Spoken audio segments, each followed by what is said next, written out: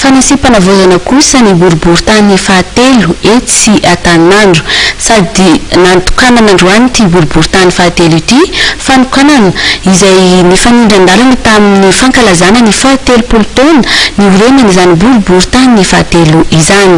Ao anatin'ny fanatsarana ny asa sy ny fanafainganana ny fomba fiasa moa izao fanatsarana izao raha nambaran'ny délégué ny boriboritany fahatelo. Notokanana androany ny fanamboarana sy fanavaozana amin'ny boriboritany fahatelo etsy Antananarivo. Ny fanampin'ny commune Antananarivo renivohitra no isan'ny nahavitana izany asa izany. Nifandraika tamin'ny fahatelopolo taona n'ity firaisana ity izao fitokanana tao izao. Navaozana tamin'izany ny toerana fanaovana soratra, ny fitaovana fanamafisam-peo, ny seza ary nasiana comptoir vaovao tao amin'ny rihana voalohany.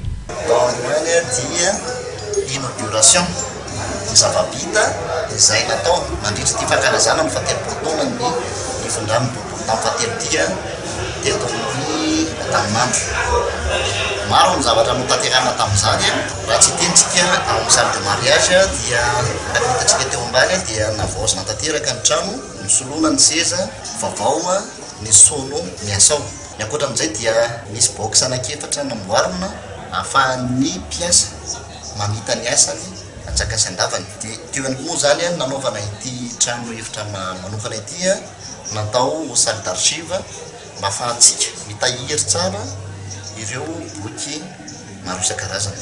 Nanazava ny délégué amin'ny firaisana fahatelo Rado Andriamamonjy Soa fa ho an'ny vahoaka no nanaovana izao asa izao. Noho izany nanafaingana ny asan'ny mpiasa izy ireo. Izany anefa tsy tanteraka raha tsy misy ny fitaovana tsara sy manaraka ny toetrandro. Ilaina ihany koa ny manao izay mampazoto ireo mitantana andraikitra rehetra eo anivon'ity biraom-panjakana ity.